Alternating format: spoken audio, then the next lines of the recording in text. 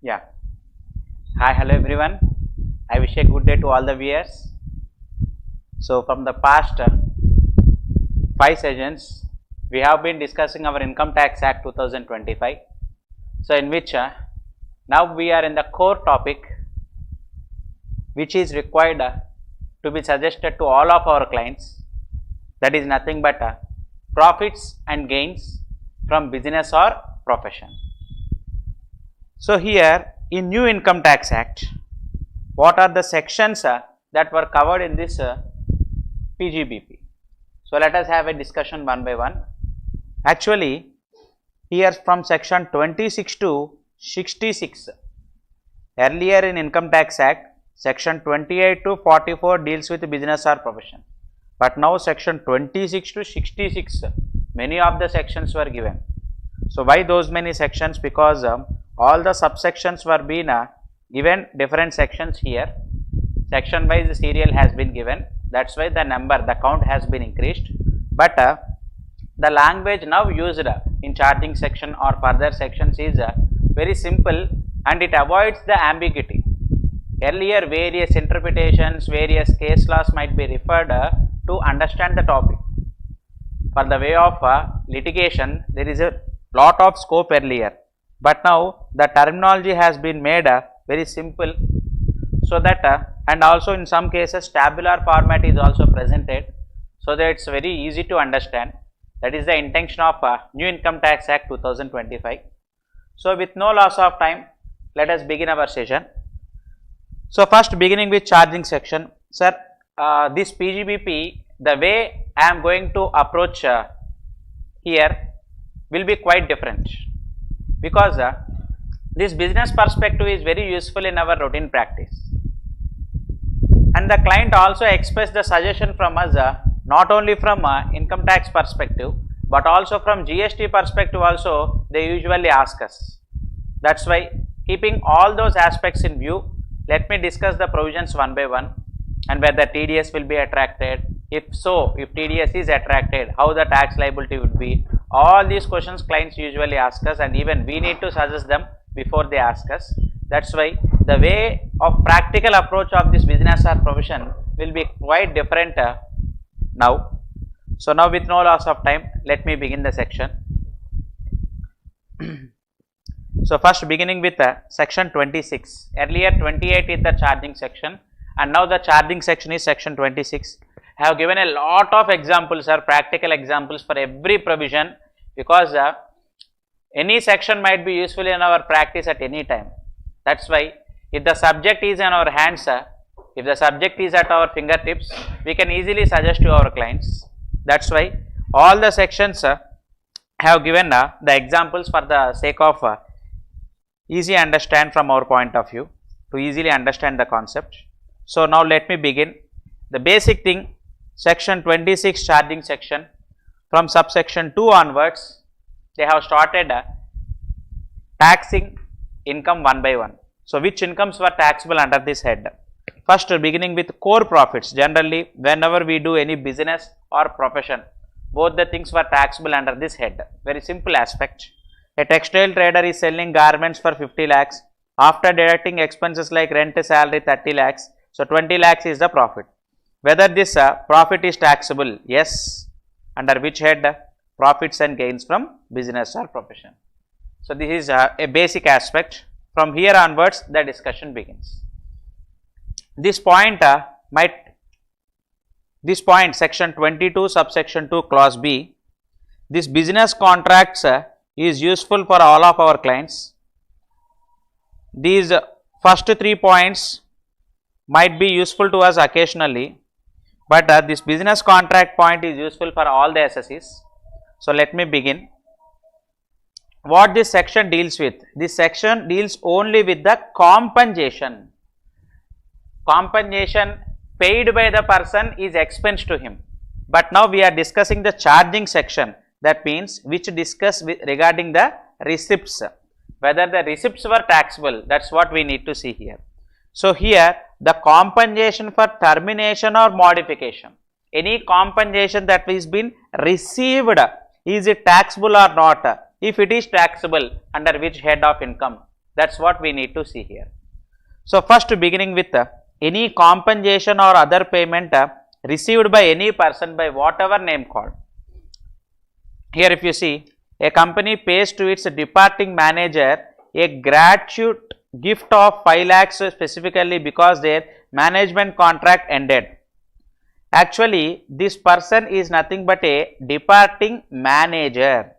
So, here what this section is specifying here is any person who is managing the affairs of Indian company or managing the affairs of any foreign company.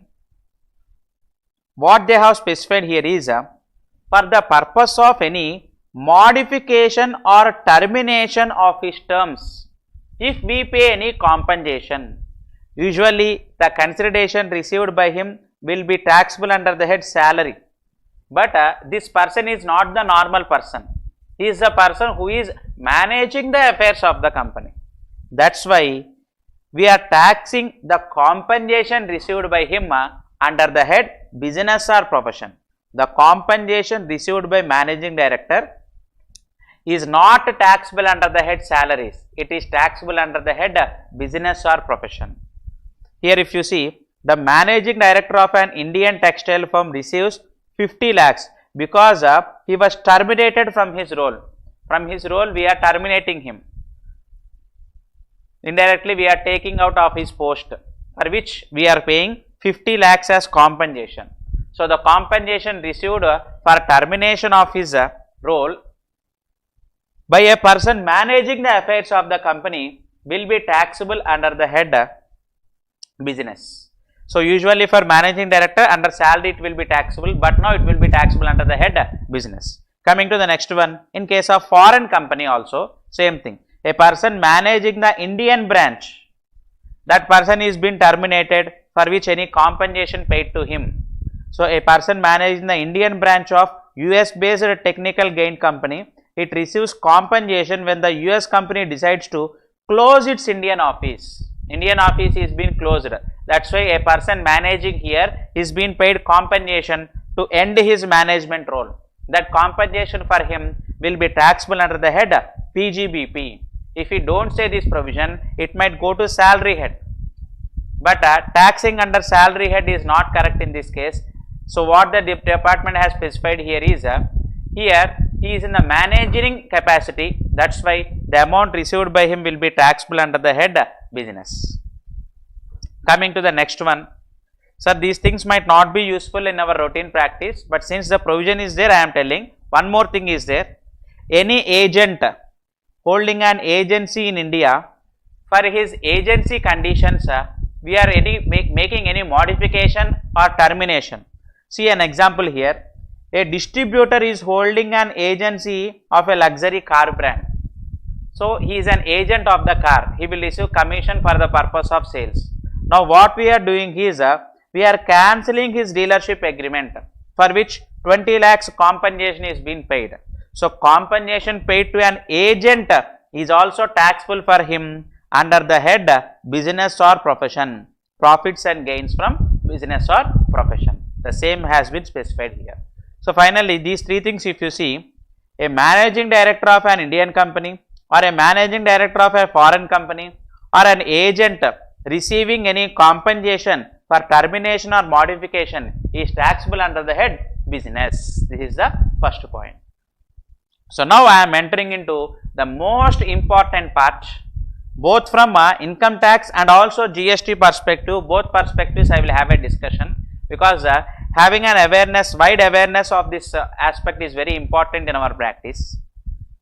So, any contract relating to business, it might be a sale contract, purchase contract, delivery of machinery, purchase of machinery, employment contract towards employees, whatever may be, any contract which was relating to business towards employees, just now we have discussed above, managerial capacity will be taxable under the head PGBP. To all other employees, it will be taxable under head salaries only. Here, any business contract is being terminated, for which any compensation is being received. Such compensation is taxable under the head business. Taxability under the head business is okay, but on this receipt, whether GST 18% also should be paid or not. Everything we have to treat from that perspective also, because in our practice we need to suggest the clients both from income tax and also GST perspective. That's why from here onwards, whatever the discussion I do, whether it is taxable or any specific RCM point is there, that one also I will link it up so that it will be very useful to us. So coming to the first one, a logistics company has 3-year contract to transport goods for a factory. So in a factory, a logistic company is given 3-year contract. The factory cancels the contract now. So for a logistic transportation purpose, we have entered an agreement with a company. Now that contract is being cancelled, for which a cancellation fee of 10 lakhs is being charged. Now this cancellation fee received by the transport company, that is nothing but logistics company. This logistic company is receiving now 10 lakhs without any performance of contract to terminate his contract. This 10 lakhs in hands of logistic company is taxable under the head business or profession. This is the first point to get clarified. Now coming to the thing, whether this transport company should pay any GST on this 10 lakhs. Sir, for all the compensations, I will give you a basic thumb rule so that it would be very easy to understand.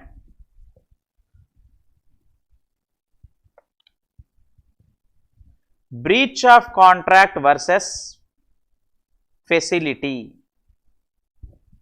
Breach of contract versus facility. So what is this one? Breach of contract versus facility. So what is this one? So now coming to the thing,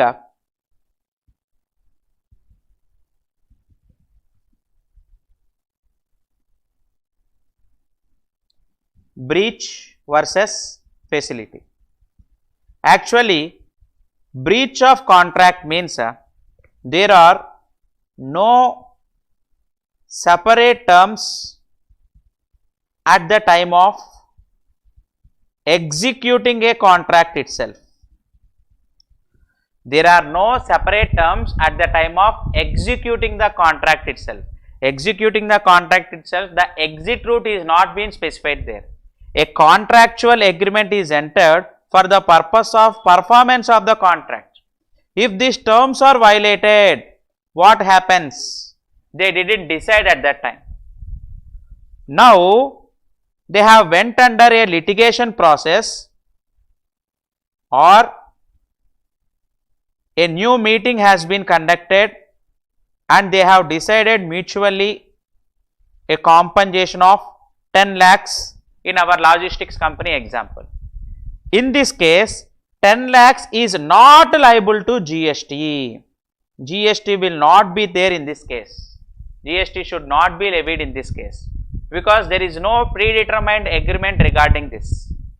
Or initially in agreement itself, there is a facility provided that in order to exit this contract, either by the supplier or receiver, they have to pay compensation of 10 lakhs or certain percentage has been fixed. So the quantum has been fixed or manner has been fixed. Where it has been fixed? In agreement itself. Initially at the time of executing the contract itself, which was specified, then this will be liable to GST at the rate 18%. It is a predetermined contract. That's why this will be regarded as liable to GST. Sir, am I clear? So we need to see whether it is a breach of contract or such violation of contract is already facilitated in the agreement or not. Based on that, we have to come to a conclusion. So for all the things which I am going to tell now, this rule only we need to follow. Coming to the first one, a logistics company has a 3-year contract. Here 10 lakhs compensation is being paid. Whether already they have determined this 10 lakhs initially at the time of agreement itself, any resolution has been passed or in agreement terms itself it is included, then this 10 lakhs will be liable for transport company. If there is no such thing, in such cases this 10 lakhs is not liable to GST. Usually what they practically do, the exit terms will be written in agreement itself, so that in future there will not be any litigation process. No one is bothered regarding this GST, because this GST will be collected by the transport company and it will be claimed as ITC by the person who are paying it, by the company which is paying it, they can avail ITC.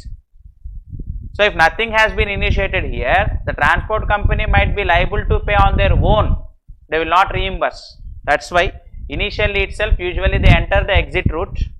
If the exit route is not specified, then nothing will be chargeable to DST. If it was specified, it amounts to facility, then this will be liable to GST.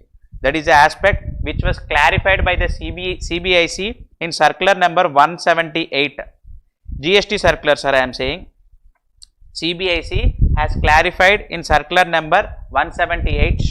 So I hope it was in 2022 itself that circular was released, but circular number itself is fixed 178. There it was clarified. That's what I have said to you right now, breach versus facility.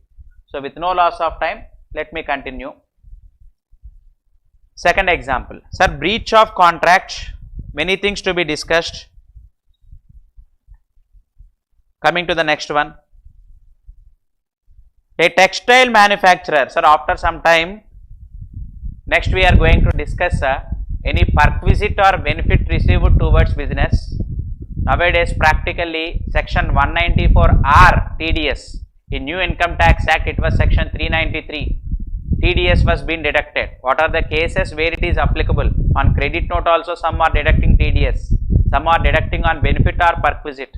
How this would be taxable, whether GST would be levied on 194R, these are the things in GST audit also they are coming to existence. That is why all the perspectives which I am going to discuss now will be comparability of both income tax and also GST for our awareness sake. So a textile manufacturer in Surat has 5-year contract to the exclusive supplier for clothing brand. There is a supplier, 5-year contract is given to that supplier, but now the manufacturer brand cancels this contract early and pays a manufacturer a fee, some fee is being paid. Here fee in the sense already it might have a agreement terms, based on that some late fee is being paid. Whether this fee is liable to GST, yes, income tax also this was liable, GST also it will be liable. Next, we have a 10-year contract to buy raw materials. Sir, these examples makes us to learn the provision easily. That's why for every term it was used here: termination, modification, exclusive right transfer. Right transfer is different from right assignment. One will be capital gain, one will be business income. That's why we need to get clarification. Settlement of breach, all these things I will explain, sir, please concentrate. So modification of the terms. A logistic company has a contract to deliver your goods nationwide. So nationwide they are delivering some goods. They want to change the terms to cover only South India. Since the terms were being modified now, some lump sum consideration is being paid. Whether this lump sum consideration is taxable? Yes. Under the head PGBP, to the logistics company who are receiving this consideration will be taxable. This is modification example. Now coming to right. A cafe owner has an exclusive contract to be only seller of famous brand coffee in a specific mall. In a mall, they have given exclusive right to him to sell the operate the cafe. The mall management wants to bring another competitor, since another person is there in the same mall, for which now this person is being paid 5 lakhs to waive the exclusive right. Here the right has not been transferred, here the right has been waived. If the right itself is completely transferred, then it will be capital gain, because it's an intangible asset. Here the right is not been transferred, here the right is being assigned to another person also, for which 5 lakhs is being received here. Hence this will be taxable under the head business or profession only. Coming to next example, all these examples makes the concept learn very quick and also in an easy manner. You sue a vendor for failing to deliver the machine in time. one vendor has said to deliver the machine, but in time delivery is not being done. So what happens is we cannot manufacture unless the machinery is there. So our business contracts are also making delay. That's why you are asking him to pay the damages, liquidated damages. We say this as liquidated damages. These liquidated damages are taxable under the head business or profession.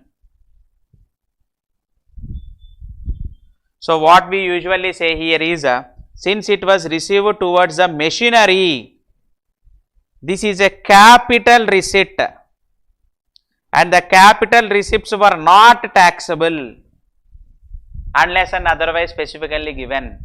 Here now specifically it was given. It might be a capital asset or a revenue expenditure reimbursement, whatever might be. The compensation received, the liquidated damages will be taxable under the head PGBP. That's what I am saying, sir. Many of the litigations ambiguity was being avoided by this new Income Tax Act. The provisions were made very simple and straightforward also. Coming to the next one. So, in all the cases above, what we have seen is either modification or termination. Advertising agency receives a payout. Why it is receiving the payout? To end the relationship before the contract expires. Before ending of advertising contract itself, so they have ended the relationship, for which a specific payout is given. For this advertisement agency, that payout is taxable under the head business. A consultant's fee is reduced from 10 to 5% in the mid contract, for which lump sum amount 2 lakhs is paid. This is also a compensation taxable under the head business. So till here what I have given you clarification is modification or termination. So charging section will contain of around 9 to 10 elements, in which one basic element and second element compensation received by a managing person of a company that we have discussed, and number 2 any contract relating to business. It might be a asset contract or stock in trade contract, material supply contract, whatever may be. Any contract of business is being terminated or modified or liquidated damages received, breach of contract, any fee received, all will be taxable under the head business or profession only. Now coming to the next one. So this takes time for discussion.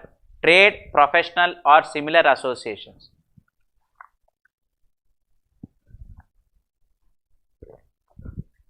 Here many special topics of mutuality, section 50, and also earlier exemption section 1023A, and now it was section 11.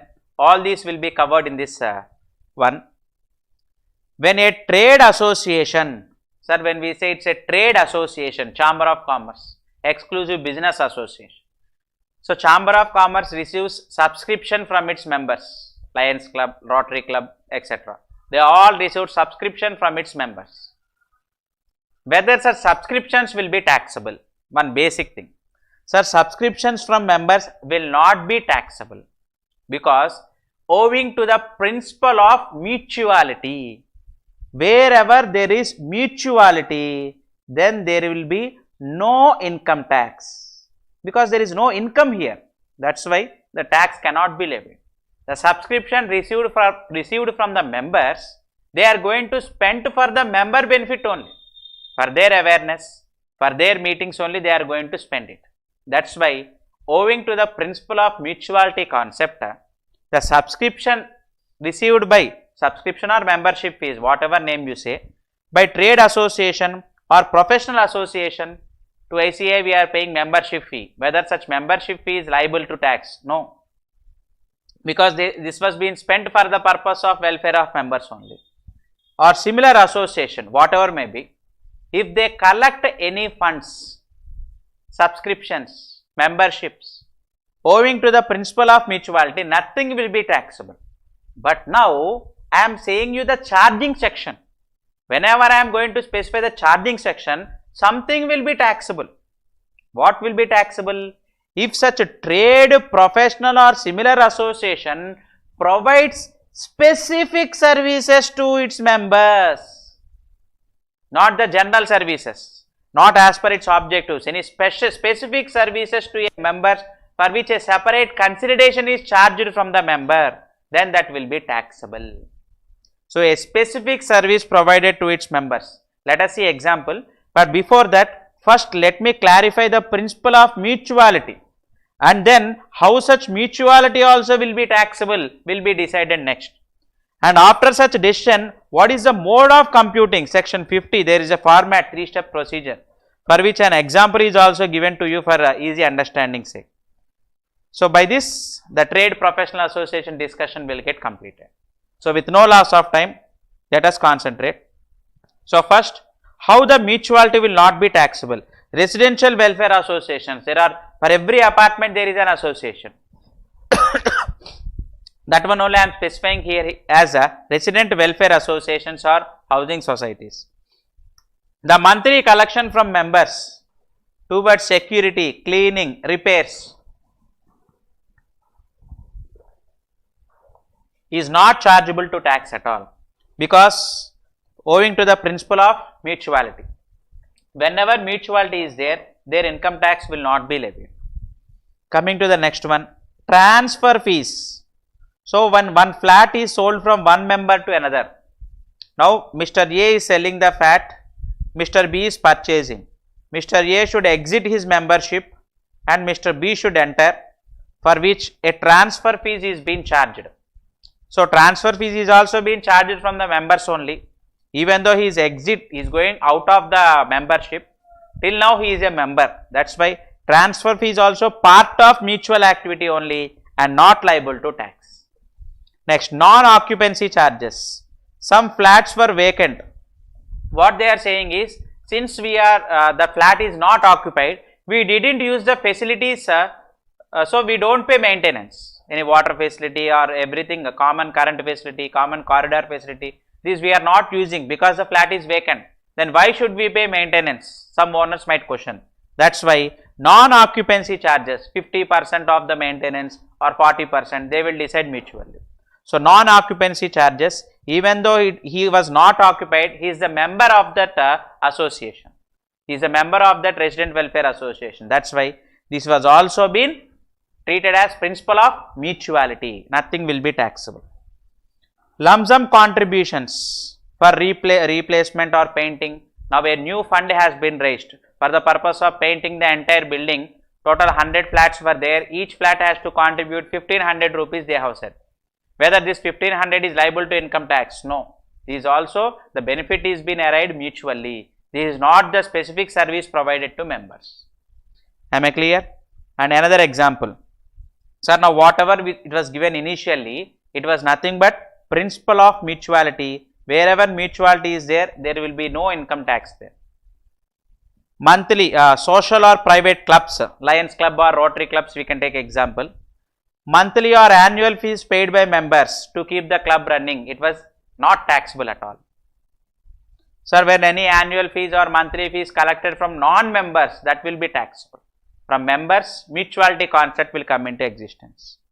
So, wherever we contribute to Lions Club or Rotary Club, etc., in club we can use the facilities like swimming pool or ground or games, those facilities we can use. For that only we are paying monthly or annual fees. So, we are using the benefits for ourselves, that is nothing but mutuality principle. So, that is nothing will be chargeable to tax in this case. However, in a meeting, any food or drinks were being served for a fixed tariff, that means cool drinks or food, any snacks, if it is given for free, then nothing will be taxable because there is no consideration at all. But any fixed tariff is being charged. Even in this case, to whom we are selling those refreshments? To the members only. So, that is why this also been covered under principle of mutuality only. Nothing will be chargeable in this case also. So, club, gym, swimming pool, library, any facility usage charges were charged. This one also been exempted. Nothing will be chargeable. So, all these are based on principle of mutuality aspect only. So, let me continue. Contributions from a member's business used to lobby the government or run awareness campaigns. So, advocates have formed a fund so that awareness campaigns, awareness meetings might be conducted. So there is no profit motive in this case. In that meetings, any advertisements, any advertisement campaigns were conducted by many persons, for which for every camp, every stall they are putting in that meeting, if they charge any 50,000 or 40,000, those are services provided to other than members, that will be chargeable. Next, purchase and distribution of supplies. If an association of bus operators association, they are buying tires in bulk and distributes to its own members. So here association is purchasing at a lot and it is selling to whom? Only to the members, then nothing will be chargeable. Because the important thing here is the balance surplus which it was left will not be distributed to the members. If it were distributed to members, then it becomes an association of person or a partnership firm if a separate deed is executed. That is not the case in all these associations. Common point here is whatever the profits comes here, it will not be distributed to the members. In future it will be spent for member benefits only. That's why we are giving exemption here. If any profits were distributed, then it will be not treated as an associate. We are making a separate assessment in that case. AOP will make assessment on that profits of MMR, maximum marginal rate will be levied. Next, mutual benefit funds, money pooled by the members of a nidhi or mutual benefit fund where interest paid by the borrowing members. Only the members of the society borrow the funds, they pay interest to the society. So this is not taxable because lending is being done only to the members and the income received by the funds will not be distributed. Any surplus left will be distributed to members, that is not there. It will be spent for funds benefit only, mutual fund benefits only. So nothing will be taxable. So all in the above cases, if you see sir, nothing is distributed to the members and ultimate intention here is mutuality. But now here comes the commerciality. Let us start. Any fixed deposit interest is earned. How the association will make fixed deposit? From the subscriptions collected from the members. There is surplus left. They have deposited in a bank on which interest is being additional income. So whether this interest income will be taxable? Yes, this is an additional income because it was received from a bank which is a third party. Any rents received from outsiders will be taxable. I have said no, mobile towers, hoardings, or in a meeting for a stalls they have rented some space to a non-members. These are taxable. Or now this is important. For this only we are discussing till now. Section 26. So what is section 26 means? Specific services. Charging section has specified this one. When you perform a specific service to the member for which a separate consideration is charged for such service from a particular member, this will be taxable. Let us take some examples. When a chamber of commerce intervenes to settle a commercial dispute between two of its members. So what they have specified here is there are two members who got dispute among themselves. The dispute is settled by chamber of commerce. For the settling this dispute, they have charged some fee. This fee is provided for special service to these members. That's why this fee is taxable as business income in the hands of chamber of commerce. When these special services were provided to members, these are taxable. When such settlements are done, usually practically also some consideration should be paid to the association. Next, if a miners association, mining business, or trade body manages a quota system and allows higher quota for raw materials. So whoever want more supply of raw materials, you pay more, they have specified. So now a special fee, special royalty is to be paid, they have said, whoever wants higher quota. That special benefit is taxable. So whatever you are observing now is not a routine thing. Additional considerations were received for additional activities performed by the association. which will be taxable under the head business. Specialized training. When a professional body or a medical association is organizing a seminar which is accessible only to the members, but who pay an additional registration fee over normal subscriptions. Normal subscriptions received were being exempted owing to the principle of mutuality, but any registration fee is collected for a special meeting, that will be taxable. Next, advisory or consultancy reports. If a trade association prepares a market search report and if any individual member wants such report, they have to pay a fee. So, individually they have to pay a fee to the association and collect such reports. This will be taxable. Next, welfare association to pay electricity or water bills. Everyone has to pay our electricity bills and our water bills on our own. But if you want, association will pay, they are saying, for which they charge a fee, nominal fee will be charged. Along with your current bill or water bill, additionally 100 rupees per bill will be charged. In this case, this 100 rupees will be taxable as business income per member. Am I clear? So, these are all the additional services provided, this will be taxable. So, what we are concluding here is what the charging section has specified: income derived by specific services for its members. Income derived by providing specific services to its members is taxable. This is an exception to the principle of mutuality. That means usually wherever there is mutuality, there will be no income tax. So, what do you mean by the trade, professional or similar association? Means who do not distribute the income to its members. This is important. If they distribute, then we treat it as association of persons, where on the profits arrived, maximum marginal rate will be levied. That means 30% is the highest tax, plus 37% is the highest surcharge, plus health and education cess. This much MMR, maximum marginal rate, will be levied.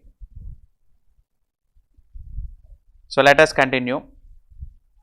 Exception, very important. Sir, whether our ICA is liable to pay income tax? Answer is no, because there is a specific exemption given here.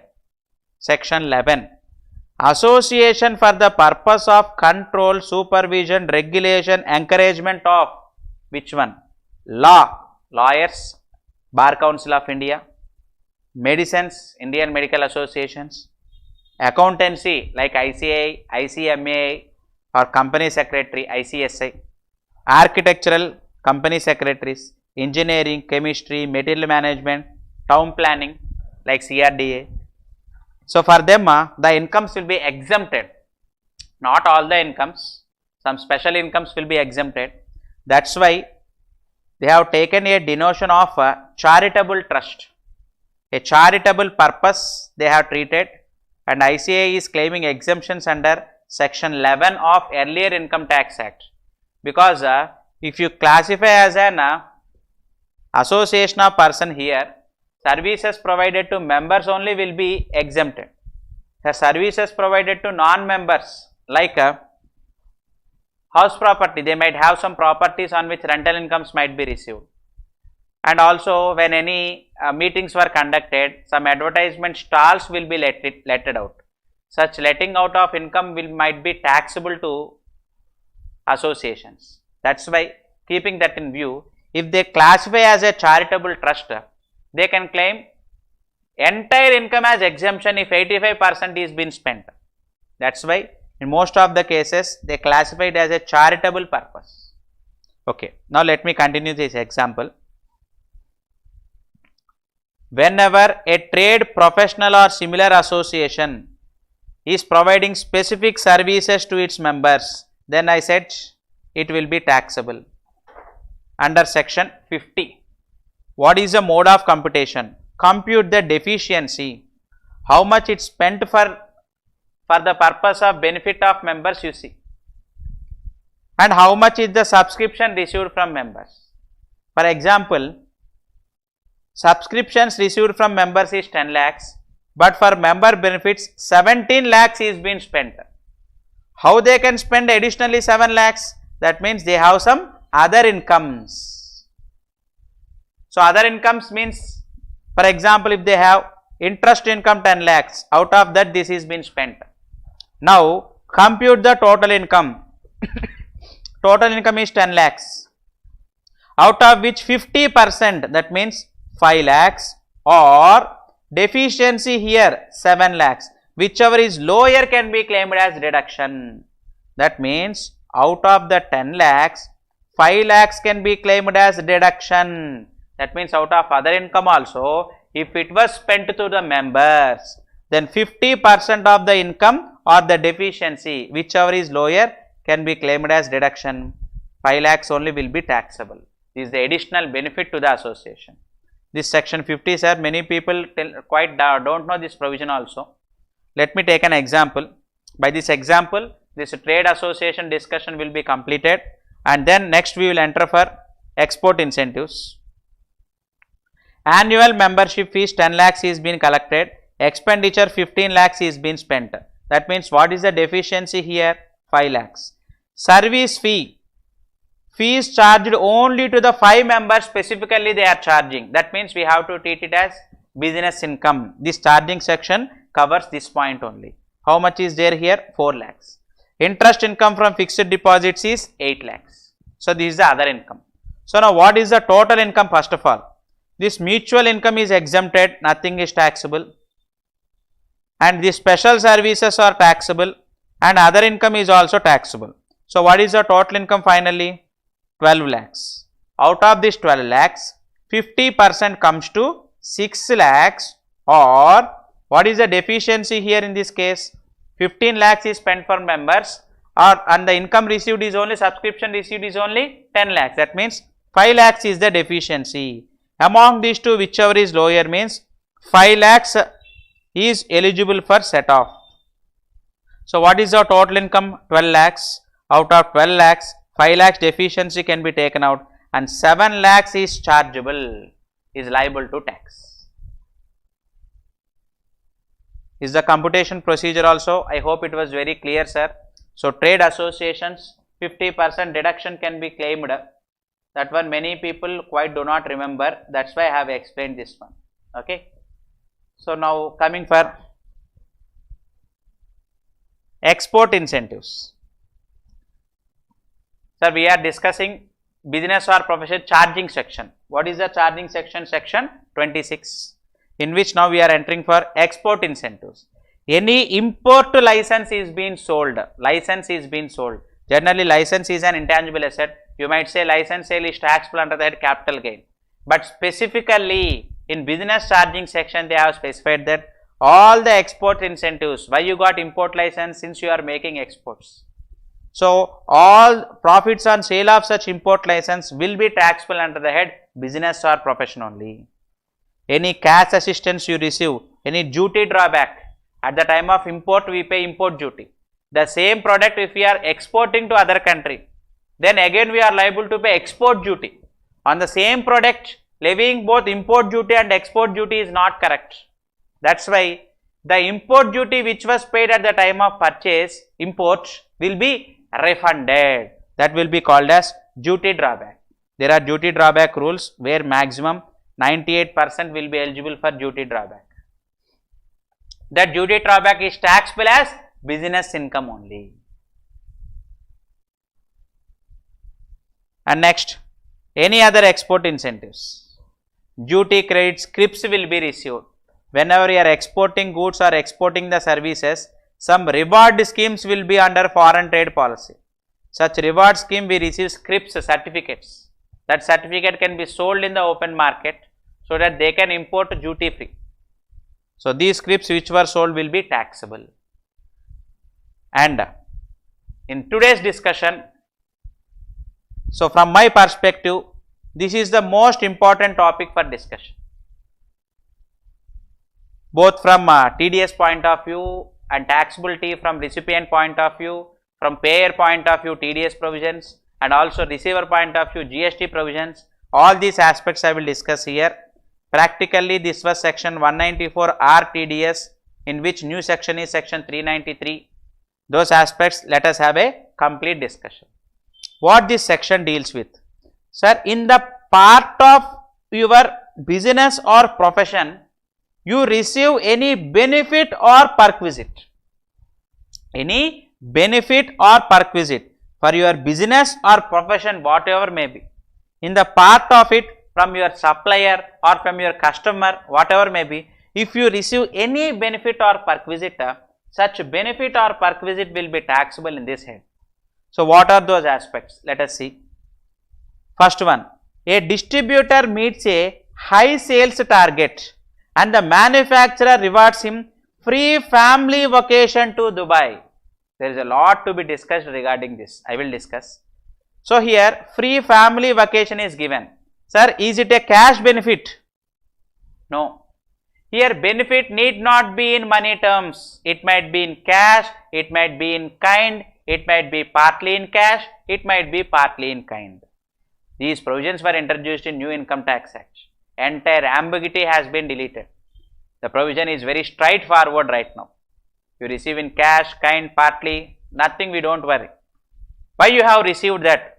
Since you have done the business, you have met your target, you got a reward, free family vacation. Now, how this free family vacation will be taxable? They will make valuation, the fair market value per person. For example, total 10 dealers were taken to the foreign tour. Total 10 dealers were taken to the foreign tour, in which for each dealer they are interpreting, for dealer or family whatever may be, 2 lakhs per dealer is the benefit they are expecting. Fair market value, the cost incurred to the company. So, 2 lakhs into 10 dealers, 20 lakhs is expenditure to the company, and for each dealer this 2 lakhs is the income. Most of the people don't account in their books of account also. But on this 2 lakhs, 10% TDS, 20,000 will be deducted. This will be taxable. 194R TDS will be deducted and reflected in 26 AS. You have to make it taxable under the head business or profession. So, how this would be taxable?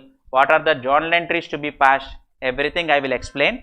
But let me give you a practical example so that this concept can be easily understood. Not only foreign tour, even Indian tour also same thing. Any tour facility provided, this will be the same. Section 194R or section 393 handles the TDS provided. Section 26 classifies the taxable business income, and from GST perspective, whether this foreign tour perquisite is taxable or not, that one also we need to see. So, let us start. A Mumbai based electronic manufacturer rewards high performing distributors with 7-day tour to Switzerland. Worth how much they are saying? 3 lakhs is the worth. So, here 4 perspectives I have given, sir. 4 perspectives.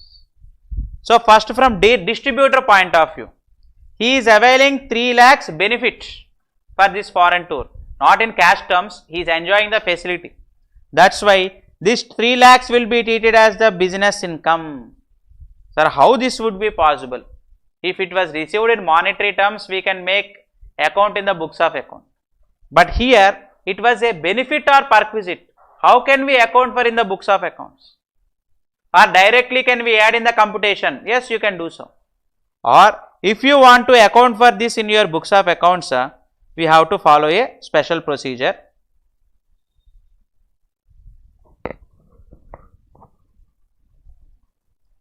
Let us name company name A Limited and the dealer name is Mr. P. Now, foreign tour facility is being provided, in which the journal entry to be passed is A Limited account debtor 3 lakhs. This was useful in our practice, sir, that's why I am saying. Perquisite from business. This is to be classified as direct or indirect income, your wish. I am classifying is as indirect income because not a regular item, that is why, or else you can classify it as a direct income, it is at your interpretation, no issue, but it should be recognized as income.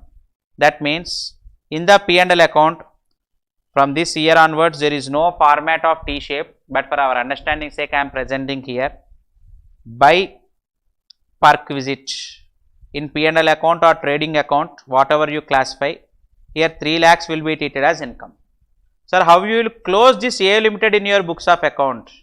Whether A limited here it is nothing but a debtor, company supplier name.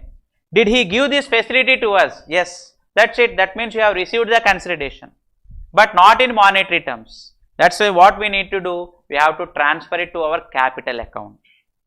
That means you have brought the benefit, capital account debtor, indirectly nothing but drawings only. Capital account debtor 3 lakhs to A limited account 3 lakhs. Till here is it okay, sir? But this A limited will deduct TDS under section 194R, nothing but under new income tax act it was 393 under new income tax act. He will deduct whenever greater than 20,000 benefit is given, they will deduct TDS of 10%. That means on this 3 lakhs what will be done? 10% TDS will be deducted. That's why the TDS will come to our 26AS, which can be used for the purpose of advance tax payment. That means that nothing but tax liability. That means that's what I am saying, not an advance tax. Indirectly we have paid advance tax. That's what I mean here is. So here this TDS comes to our 26AS, we can claim against our tax liability. So for this purpose, the 30,000 TDS A limited, company point of view, what they will do here is, this foreign tour is an expenditure for them. So foreign tour expense to dealers 3 lakhs per person to A limited 3 lakhs. But this consideration 3 lakhs will not be paid to A limited. They will spend on their own. Company will spend, or they will appoint a tour operator and for them they will pay. So that's why here A limited will be debited again 3 lakhs to travel agent. Usually they appoint a tour operator here. So to travel agent they will transfer this 3 lakhs. And next to that travel agent, now what the company will do is, it will make bank payment. These are the entries in books of account of A limited, not yet completed. TDS has to be deducted here. So in this case, for the purpose of TDS, they will debit, here the dealer name is Mr. P. Sorry, here we need to write not A limited, to Mr. P, because the dealer name is Mr. P. They need to make payment to Mr. P. So for Mr. P, they are going to deduct TDS. How much? 30,000 to TDS payable 30,000. This will get automatically posted in the account copy since we are making this entry. So the dealer ledger it will go to TDS payable. Now this TDS payable we will make a challan payment 30,000 to bank 30,000. So TDS payable 194R. Sir, this is from whose point of view I have said to you? From company point of view I have explained. Now let me come from a dealer point of view. Till here I have explained this 3 lakhs A limited account debtor to Perquisite from business, it will be treated as business income for him and it should be transferred to the capital account I have said to you, because you have drawn the Perquisite benefit, you have went to the foreign tour and now regarding TDS, please listen carefully. TDS 194R or TDS receivable account, TDS receivable account 30,000 to A Limited. In the company account copy only it will get automatically. They are entering in name of Mr. P and Mr. P is entering in the name of A Limited. To account copy it will go. So, Mr. P ledger in A Limited and A Limited ledger in Mr. P books of accounts is a running account. They will make payments based on the ledger balances. Not only the single entry, purchase and sale entries also will be in the ledger. Based on all those, the net balance available in the ledger, they are going to settle.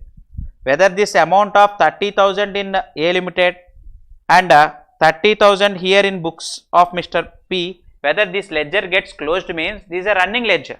They will account for in the ledger. Automatically after the purchase transaction, sale transaction or all these entries, the balance left will be settled through bank account. These are running ledgers. Usually they make advance payments, they make entries. In the running ledger it will be there. Specifically the 30,000 payment will not be settled, but they will account in the books of account. Because to our books it has to come now 30,000, since it was in 26 A's, we have to set it off against liability means this should come in our books of accounts. That's why I have said this one. Am I clear, sir? Hope the concept is very clear. So, even though if anyone didn't understand these entries, sir, you can go back to the video and again you can see, so that it becomes quite understanding. The concept is this one only. Now, coming to the next one. So, 3 lakhs is treated as business income. How to account for in the books, that's what I have explained now. From dealer point of view, the 3 lakhs is the income on which 10% TDS has to be deducted. And this is very important, sir. 18% GST is to be paid on this 3 lakhs. 18% GST is to be paid. Many of the advance rulings also were passed the same, have passed the same. On this benefit, 18% GST is also applicable. And for the company, this 3 lakhs is an expenditure, general deduction. Earlier, general deduction section 37, now it was section 34. General deduction. For company, 3 lakhs per dealer is an expenditure. Whether they can claim deduction? Yes. Company has to, for companies, 2 TDS provisions applies here. One, 194R. And another one, to travel agent whenever they are making payment more than 30,000 each payment, 94C, 194C and new section same 393. All the TDS 393 section only, in which tables were given internally.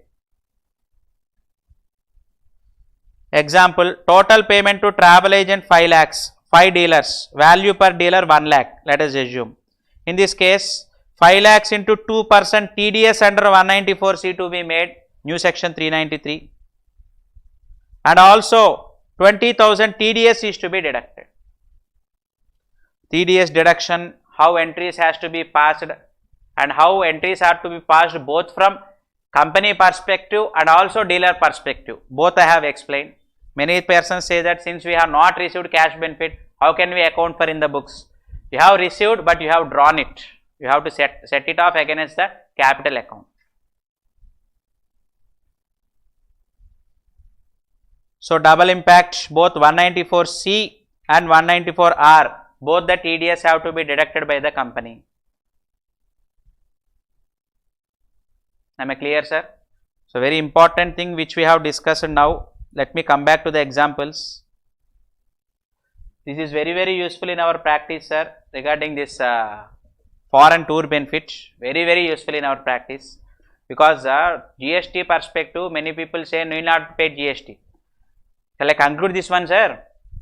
First of all, if we are in 30% slab, we are taxing this foreign tour benefit under the head business means, what happens here?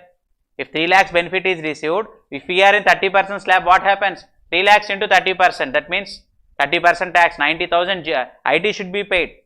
Again, education cess to be paid. If surcharge is applicable to us, then it is extensive again.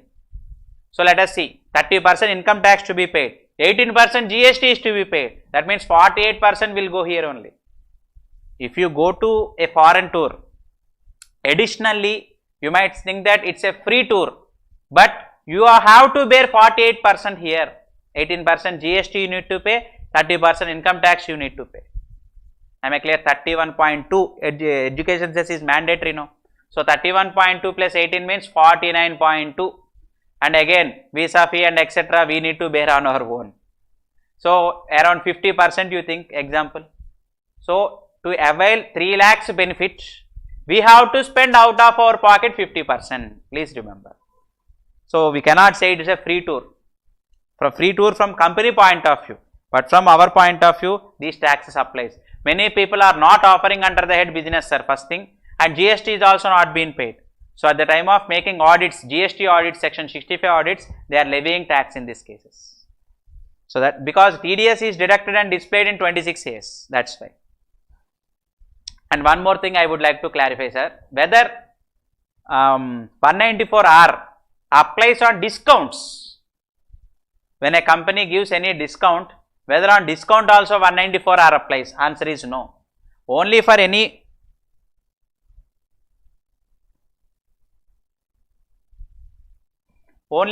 benefit or perquisite received, only for any benefit or perquisite received.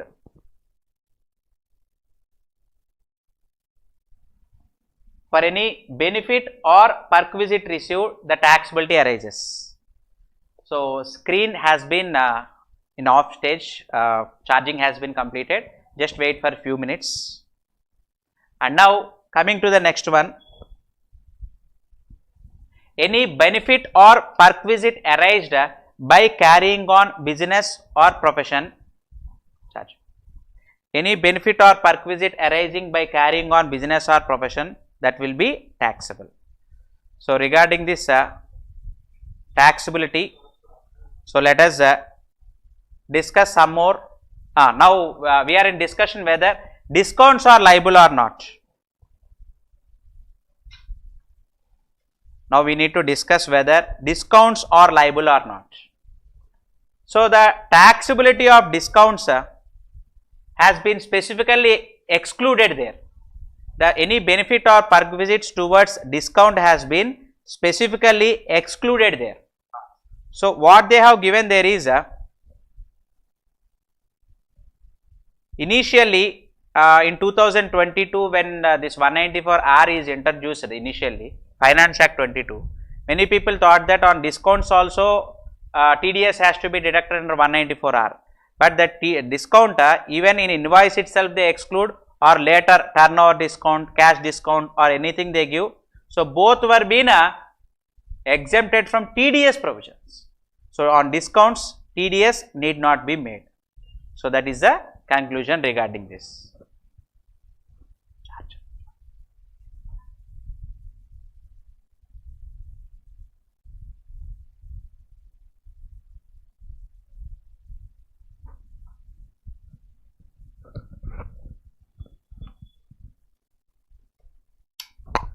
Let us continue our discussion.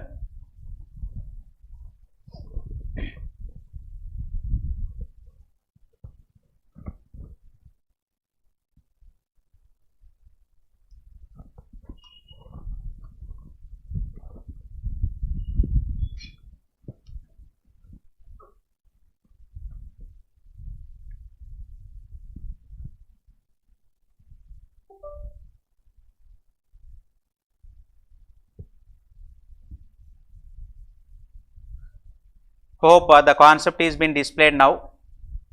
So I have changed the device. So let us continue our discussion. So let us continue our discussion.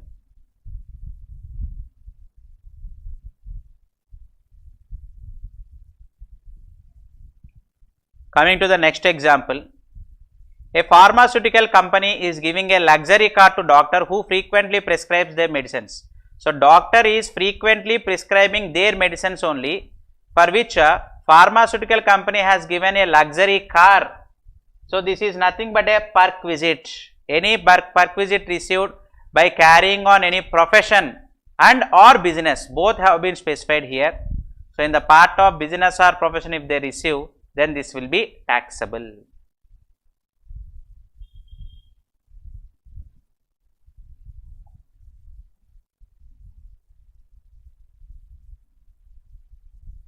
Okay. Now, let us continue.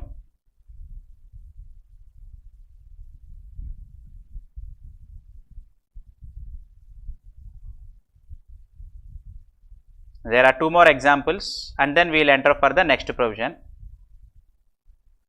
A tech blogger is gifted high-end laptop to keep after a review. A technical blogger got a high-end laptop for just reviewing. So, in this case, laptop, even though we are not reselling it, it cannot be converted into money immediately, whether convertible into money or not, that is the term which was used here. So, all the ambiguities were being avoided, have been deleted here. So, next thing, a consultant agrees to a lower fee 50,000 only. In exchange, 1 lakh diamond ring is to be given. 1 lakh diamond ring is to be given, they have specified. So, what to be done in this case? This will be taxable. So, in part of business or profession, here market valuation of the perquisite is to be made. What has to be made, sir? Market valuation has to be made and TDS has to be deducted. However, personal gift from relative is not taxable, but here why we are taxing this gift? Because it is received in the course of the business. Here business link is important. Next, sir, any business meetings perquisite is not taxable, only for the purpose of meetings, sir, travelling expenses were reimbursed, then is it taxable? No. But here if you see sightseeing is also there, then this will be taxable. Where sightseeing is also there, so it will be treated as a taxable perquisite. Now coming to the next one, business or profession, partners remuneration or interest. Here we need to discuss both from expenditure point of view and also income point of view. Here this interest and remuneration paid to partners is an expense for partnership firm, and this interest and remuneration received by the partner is taxable in his hands under the head business only. Usually interest under other sources, remuneration received under salary, that is not the provision here. Here this will be taxable under the head business only. So, that is what has been specified here. Because partners are the owners of the business, that is why we are taxing under the head business only. So, any interest, salary, bonus, commission or remuneration, whatever name we call, the receipt will be taxable in the hands of the partner. Partner in an architect firm receives monthly salary 1 lakh and 12 lakhs interest, that will be taxable under the head business. For whom? For the partner. Next, and in the hands of the firm, section 35, new section, earlier it was section 40B, section 40 small b, 40 subsection B is the section earlier, but now it was section 35E. What this section 35E has specified? Let us see here. I have given the table, you already know, but let us have a quick recap. Maximum interest 12% is permissible on capital. Sir, can they give 18%? Yes, but for partnership firm only 12% can be claimed as deduction. And in hands of partner also, even though he is receiving 18% interest, for him 12% only will be taxable, because to the extent that deduction is allowed in the hands of the firm will only be taxable in the hands of the partners. That is the rule here. So, if a partnership firm gives 15%, how much is eligible for deduction for partnership firm? 12%.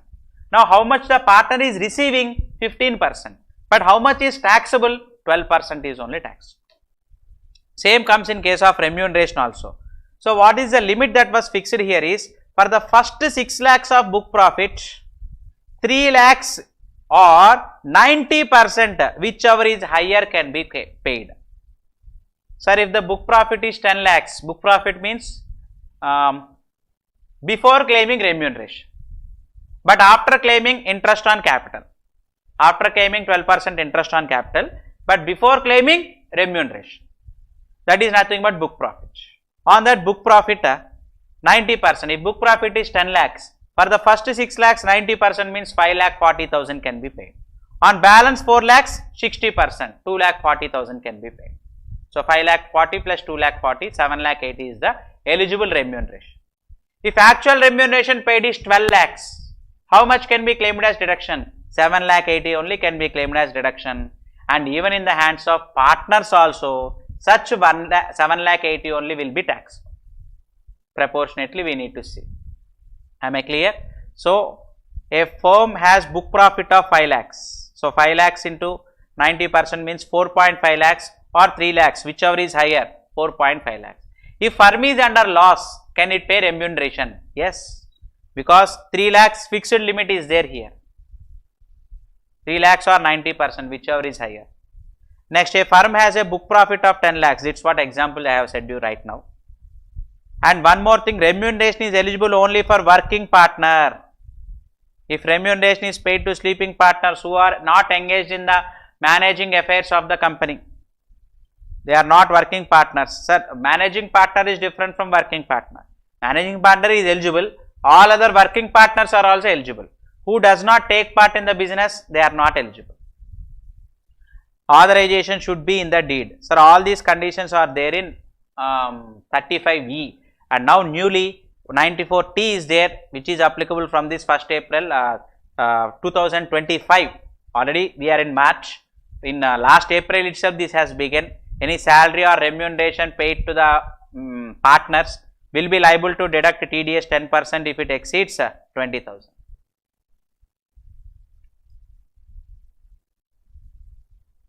Okay. So till here we have completed partners remuneration interest. So what we have come to a conclusion, even though it is a salary, partner is the owner, that's why we are taxing him under the head business only. There is no standard deduction. However, if the partner has interest on borrowed capital, he has borrowed funds and kept in the firm.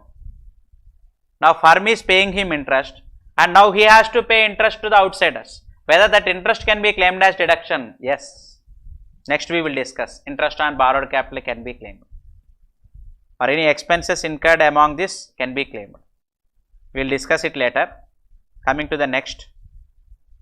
Share of profit is exempted. Since the partnership firm itself will pay 30% taxes, in the hands of partner it will be exempted. So finally what is the conclusion? Whatever firm claims deduction is taxable for the partner. Whatever is disallowed for the firm is exempt for partner. If firm is paying 18% interest, 6% is disallowed. Whether that will be taxable for partners again? No. For partner, whatever deduction is claimed, that one only will be taxed.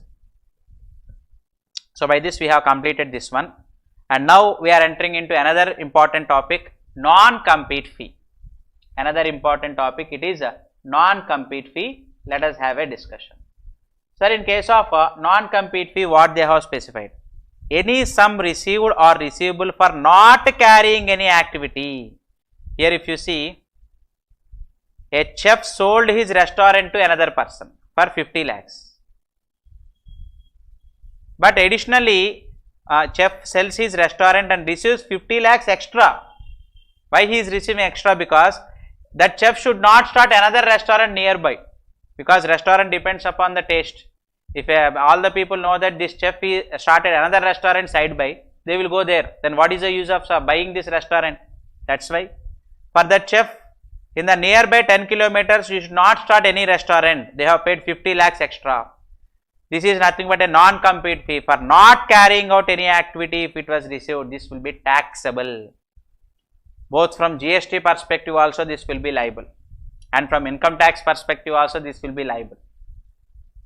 Next, very important point, if right to manufacture is transferred, patent, trademark, copyright, if those are transferred, that will be capital gains. If usage is given, then it will be business income. Rather than usage, if it is transferred, then it will be capital gains.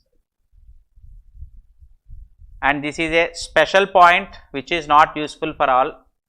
One factory is emitting some gases which leads to depletion of our ozone layer.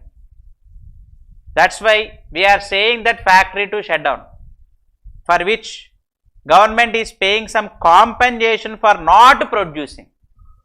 For him, some compensation is being paid.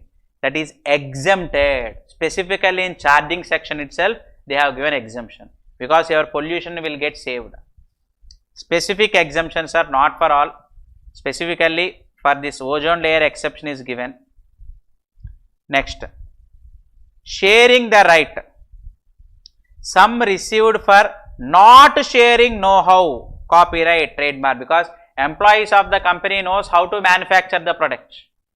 So if they leave this job and join in a competitor company, then since the process of manufacturing is known, so then it becomes a problem. A competitor also manufactures the same product. That's why for not sharing our know-how, for not sharing our copyright, additionally to that employee we are paying 20 lakhs for not sharing. A software company receives 20 lakhs from a partner to ensure that they do not share their unique source code. Am I clear? Next thing, generally non-compete fee is treated as capital receipt tax free, but don't assume like that. This is taxable as business income only. This applies to professionals also. An example is given. Senior advocate is paid by a corporate house not to represent their rival in a specific case, settlement among them. So against his rival, don't come, you don't deal with the case, they have paid any compensation to him. That will be covered here. So if you are paid to not to share the patent, this will be taxable. If you transfer the patent, then it will be taxable under capital gains. Next, sir, any land is received as a perquisite, then what happens? If any land is received as a perquisite, we have to make market valuation of the land. Government value will be usually taxable. Now coming to the next one, keyman insurance policy. In past salary session also we have discussed it regarding this keyman. Keyman is the main person of the company. So if that person is going to pass away by way of death, then the company is going to lose. That's why what they have specified is a keyman insurance policy. This keyman insurance premium paid by the company can be claimed as deduction. And upon its maturity, or if that person passes away, if company is going to receive mature benefits out of the policy, for company it will be taxable as business income. For employee, upon retirement, if he been assigned with the policy, for employee it will be taxable as salary. For employee family members, if they receive, it will be taxable as other sources. These things I have already said to you in a salary chapter itself. So in past videos, salaries is there, sir. There itself we have discussed it regarding keyman insurance. So if the company receives the money, taxable as business. If policy is assigned to the employee, salaries. If no employer-employee relationship, other sources. Sir, am I clear? No 1010D exemption here. In hands of company, this will be taxable. In hands of company or above members, this will be taxable. Generally, insurance policy receipts might be exempted under Old Income Tax Act 1010D, but that should not be covered here.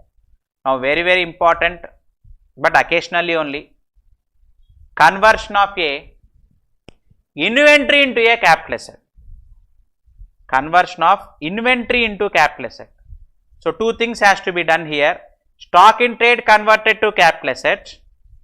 Capital asset converted to stock in trade. Both things I will explain to you. This is foremost concept. From 1981 onwards, this concept is there. 1981 it was introduced. Now let us see this one. In 2001-2, capital asset, a land is purchased by me for 5 lakhs. Now I am starting real estate business. Now the land is converted into stock in trade. Now the fair market value of land is 15 lakhs. So we assume that the capital asset is being sold.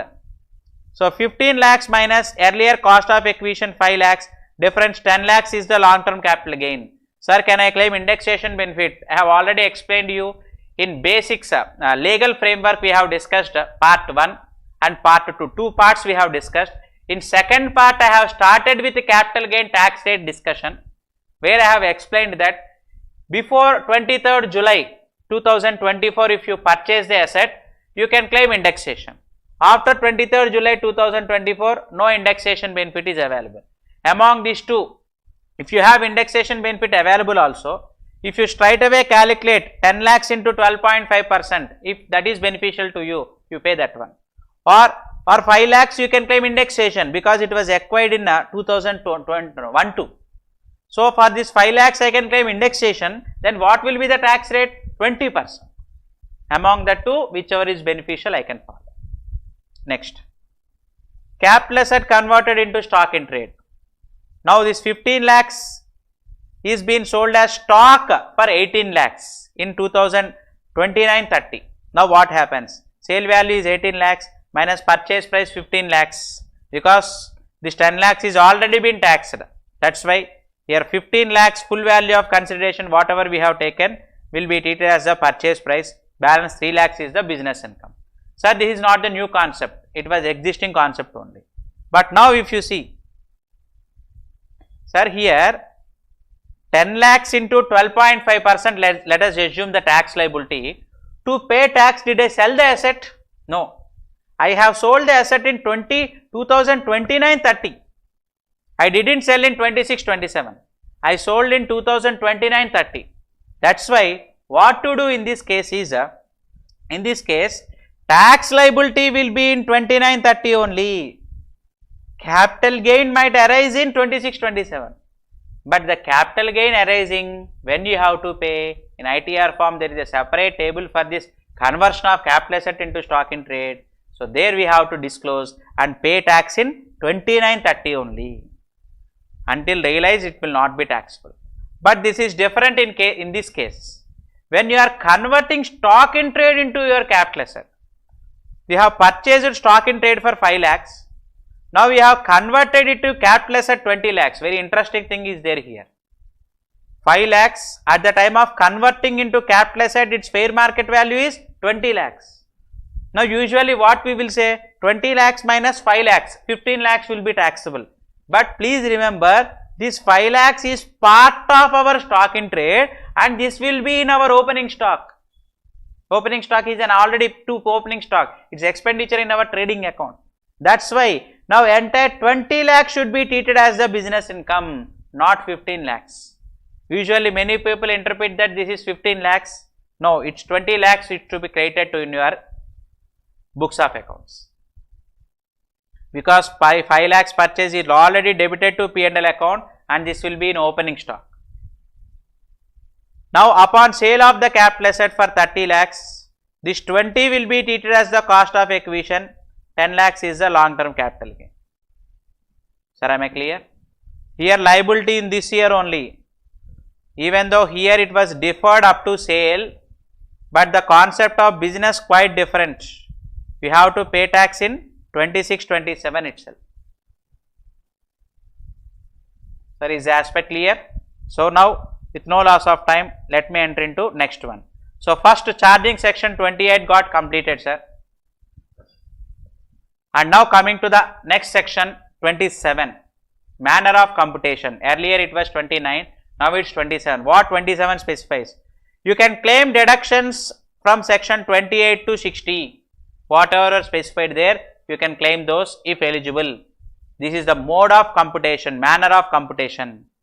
Under Income Tax Act 2025, section 27 outlines the manner of computing. This is the first provision, section 27. So it specifies that any income referred to in section 26 must be computed using section 28 to 60. Of course, section 58 is excluded. It's a presumptive taxation. Presumptive taxation like 44 AD earlier. Now the presumptive taxation is 58, where we can offer 8% of the turnover, 6% of the turnover. Even for non-residents also special benefits are available. Presumptive taxation is there for them also, which we have already discussed in initial legal framework. Again in section 58 we will get full clarification. Here deductions cannot be claimed because here presumptive income as part of percentage is been specified. That is why here we can't claim deductions. Am I clear? Now let me continue. Sir, section 26 is the charging section. Section 27 is the manner of computation, where we can claim deductions from section 28 to 60. Now we are beginning with section 28. Here onwards every expenditure allowed or not, what are the conditions? That is what we need to learn. First thing, rent, repair, insurance, taxes paid on building or plant and machinery or furniture used for business. Sir, for business what you are using? Building. That building should not be considered under house property head. In last session only we have discussed. In house property session we have discussed that when building is used for the own business, that is not a property at all. So for this building any rent we are paying, that rent is an expenditure. If we are tenant, if it is a own building, notional rent cannot be claimed deduction. Any repairs we can claim deduction. Repairs, capital expenditure not deductible, revenue expenditure can be claimed. Capital expenditure you will be treated as a deemed owner, you have to capitalize and claim depreciation. Next, insurance on building can be claimed deduction, yes, because building is used for business. In building we are doing business. Taxes, many municipal taxes paid on this building also you can claim deduction. Now this was regarding building. Now coming to plant and machinery. Plant and machinery taken on rent basis, can I claim rent as deduction? Yes. Earlier this will be a general deduction, no specific section for rent on plant and machinery. General deduction 37 we usually say. Now there is a specific section 28. Repairs of plant and machinery, insurance of plant and machinery, all these can be claimed. Even furniture also, furniture rent can be claimed. Furniture repairs expenditure can be claimed. Repairs are of two types, current repairs and capital repairs. Capital repairs should be capitalized and claimed depreciation. Current repairs can be claimed as deduction.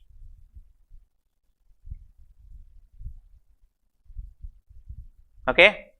Now coming to very important change in new income tax act only exclusively, where my presentation is going to get completely changed on comparing to our discussion in residential status. At the time the residential status topic I have discussed regarding provident funds. That provident fund aspect is being changed now. What has been changed? What we need to consider here? Let us see. Very important section. Section 29. Deduction relating to employee welfare. The deduction relating to the employee welfare. Very important sections are this one. Very important change is there here. Like provident fund, ESI, etc. If you are paying to claim the deduction, employer should pay on or before the due date of filing return of income. So return of income section 63 is the due date. What section 37 said is this section 29 deduction can be claimed. Please remember what I am saying. What section 37 is saying is the items which were listed in section 29 can be claimed as deduction only if you have paid them before filing return of income. Return of income section is 263. Now let us continue. Employer's contribution to recognized provident fund or superannuation fund. Sir, whose contribution? Employer's contribution. What is the time limit available? Financial year 26-27. We have up to 31st October 2027.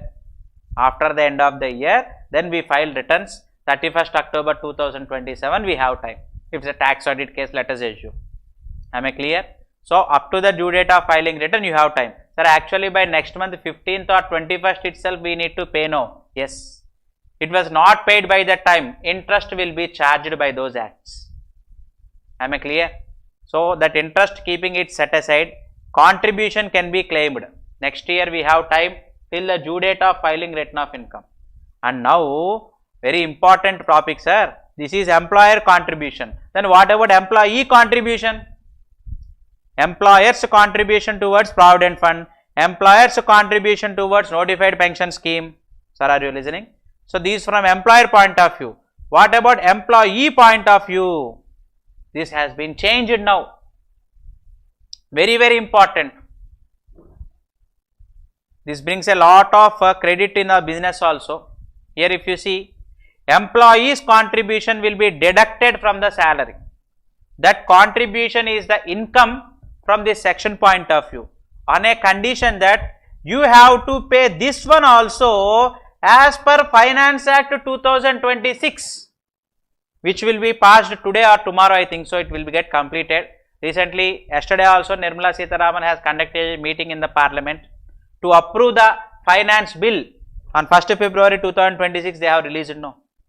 That has to be approved, which will be approved today or tomorrow. Based on this finance bill, they have given time up to October, till the ITR filing deadline they have given. But what is the old rule?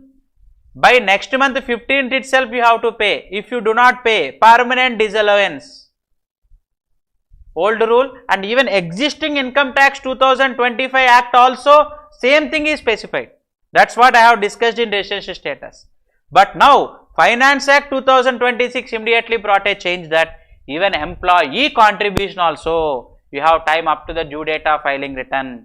Earlier based on case laws we might have claimed deduction, but now directly section itself has given the benefit, which is very useful in our practice. Okay. Let me continue. Let us concentrate point one by one. Employer's contribution is eligible for deduction, but within the limit only. Percentage point of view 12% is there. Maximum limit point of view ceiling 7.5 lakhs is been fixed.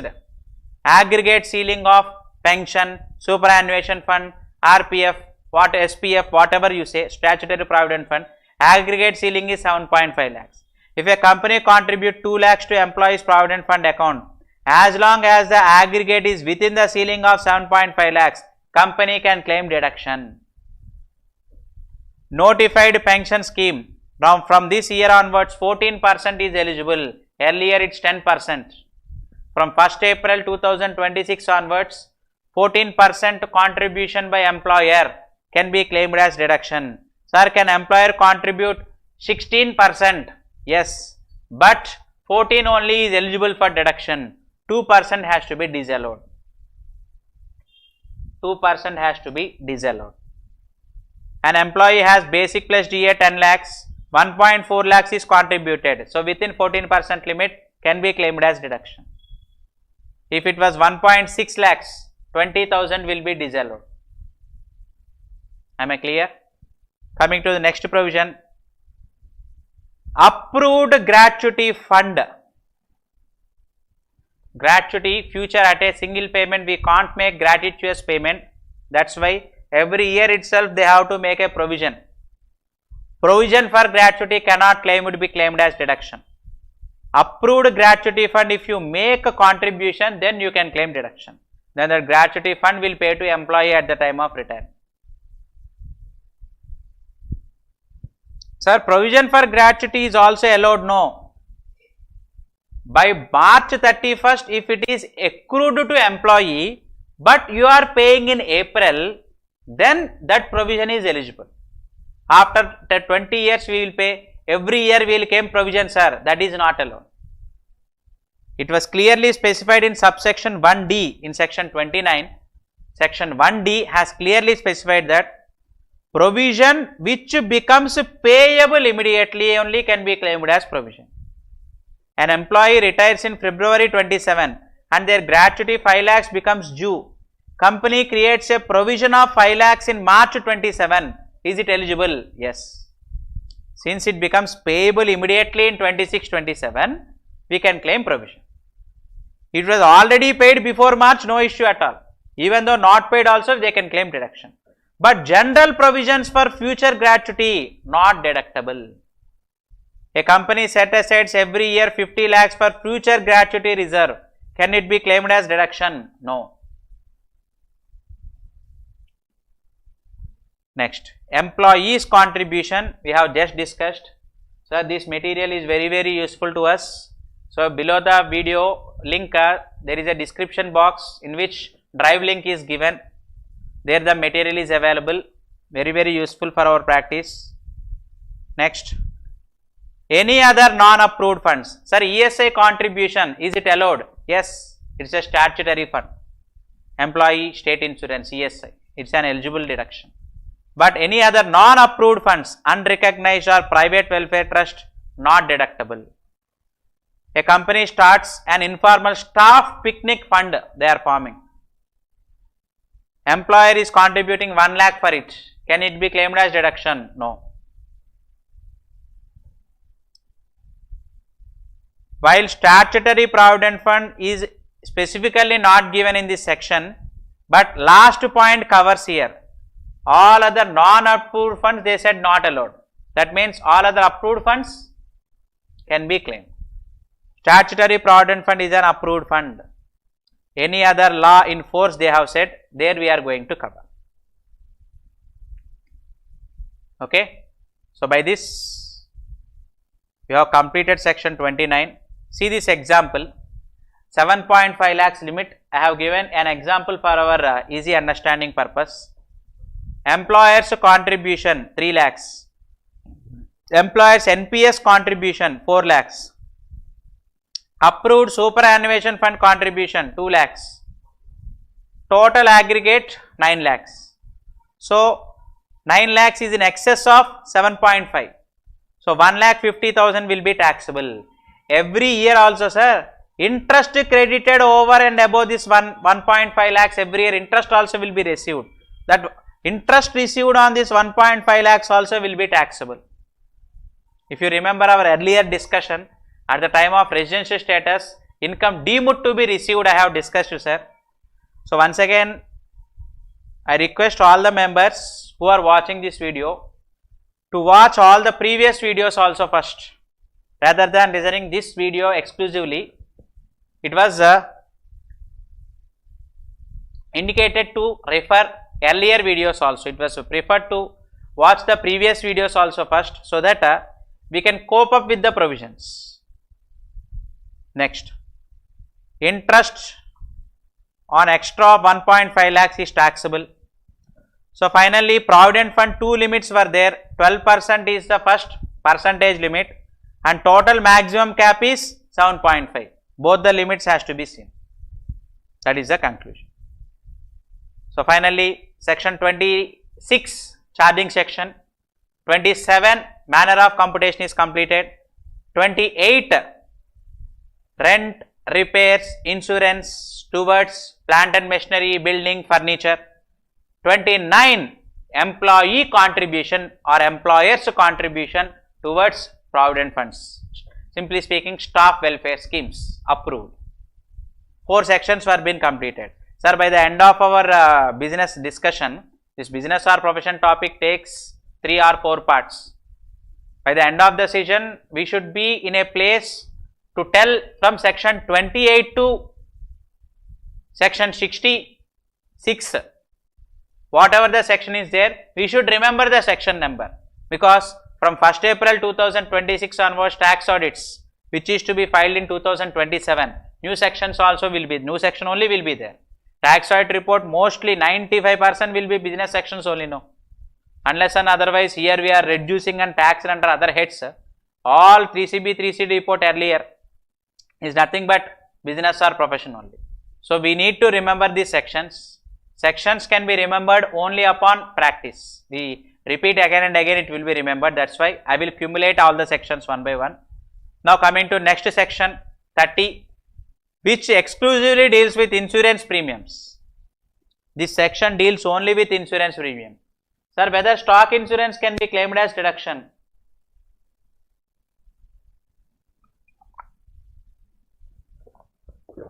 Whatever sessions I am discussing here, sir, this is for tax year 26-27. So even for your article students also, this will be useful for their examination purpose. for further exams, that means which to be written in May 2027, think so, unless and otherwise instructed by ICAI, May 2027 exams, this might be useful. Even existing also, sir, section numbers might change, but content is the same. Section numbers, they have to relate with old Income Tax Act. Here I am specifying only based on new Income Tax Act. So first thing, stock insurance can be claimed as deduction, very important thing, section 30A. Next 30B, not for all, only for the specific business of cattle farms. Cattle farms can claim, or any milk cooperative societies, any cow or buffalo, upon its demise, upon its death, there might be loss, again they need to purchase another cattle. That's why if any insurance is taken, upon the insurance amount received, they can purchase another cattle. That's why life insurance premium paid can be claimed as deduction. For steady milk supply, another cattle we need. That's why we pay life insurance on the cattle, which can be claimed only by the milk cooperative societies. Next, very important, health insurance of employees. Any company, might be proprietor, partnership, company, whatever may be. Towards employees, health insurance is paid by employer. Even employee hands, this is not a taxable perquisite. We have discussed in salary head. In medical facilities, I have discussed health insurance premium is not taxable at all in hands of employee, not a taxable perquisite. And from employer point of view also, they can claim deduction. Employee health insurance, but it should be paid by other than cash. A company pays 2 lakhs via NEFT for group medical policy. Can it be claimed deduction? Yes. Next.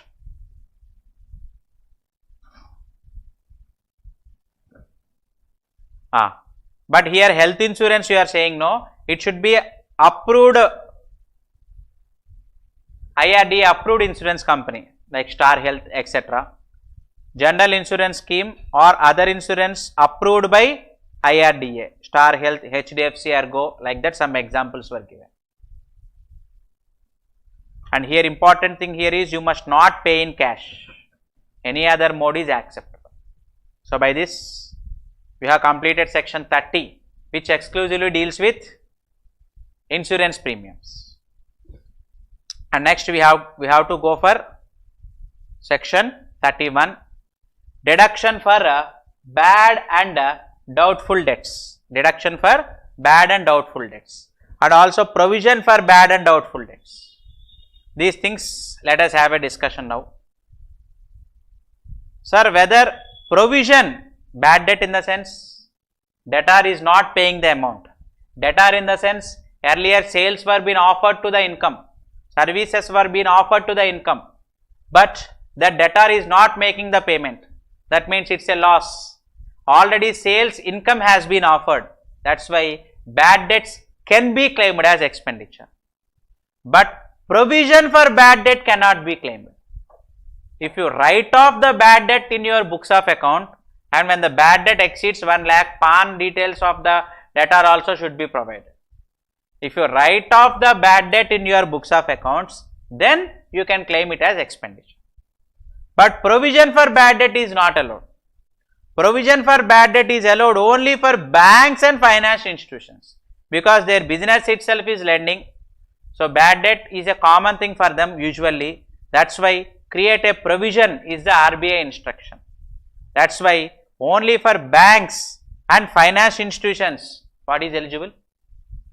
Provision is eligible. How much provision? Limit is fixed here. RBI norms are quite different, but as per Income Tax Act, this is only the limit which is eligible for deduction. As per RBI norms, you might write provision in your books, but using these limits, we will allow. Balance amount we will disallow. What was there? Up to 8.5% of total income. So in total income, how much provision is eligible for deduction? 8.5%, and 10% of average of roller advances. Here example was given, total income 100 crores, 8.5 crores plus rural advances 20 crores in the village area, rural advances 20 crores into 10%, 2 crores. 10.5 crores can be claimed as provision. If actual provision is 8 crores, then 8 crores only eligible. If actual provision is 15 crores, then only 10.5 crores can be claimed as deduction, balance will be disallowed. Am I clear? Next, all other public finance institutions and NBFCs also, like Bajaj, Sundaram Finance, L&T Finance, all these maximum 5%.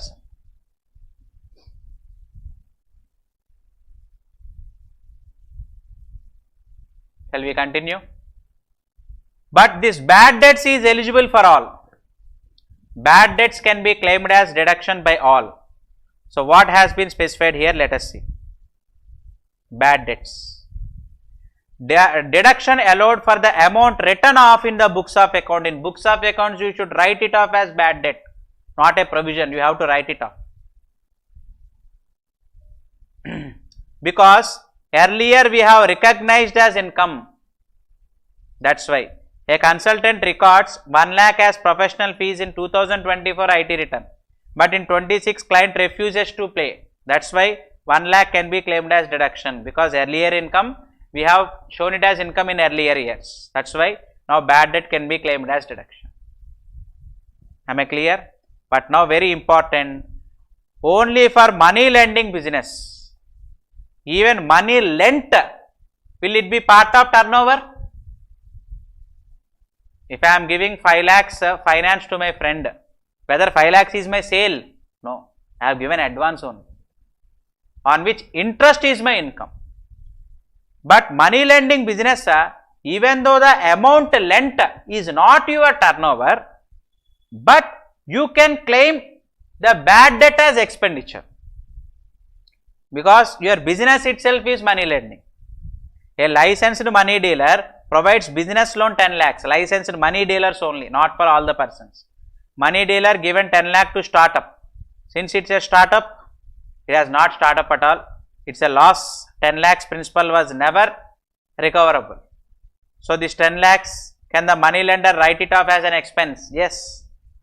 This 10 lakhs is not part of turnover earlier, but the exception is given for money lending business, like banks and money lent in the ordinary course of banking or money lending business, they can claim expenditure. So, shall we continue? Next, if the amount finally recovered is less than the expected amount, example you see here, you can understand. A company has bad debt 10,000, debt 10,000, out of which we have written only 4,000 as bad debt. We expected that 6,000 will be received. In year 3, final settlement has been done for 1,000 only. Very simple, sir. How much we have written bad debt? 4,000. How much it was recovered? 1,000 only.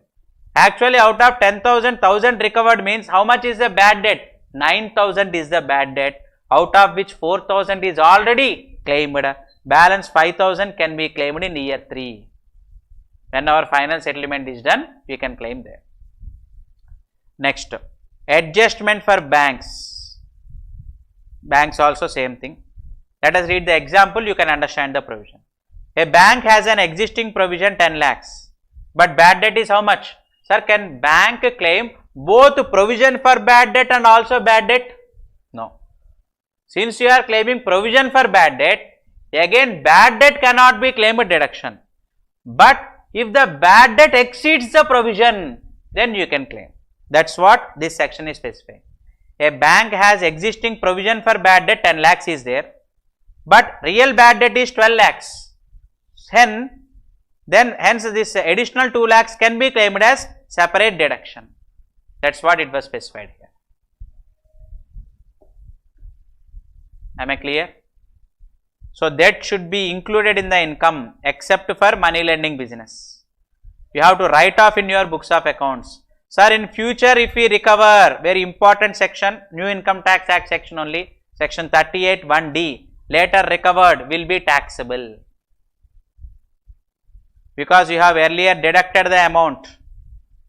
Later 1 lakh, in year 1 we have claimed deduction. Later in year 3, if we receive 40,000, that will be taxable.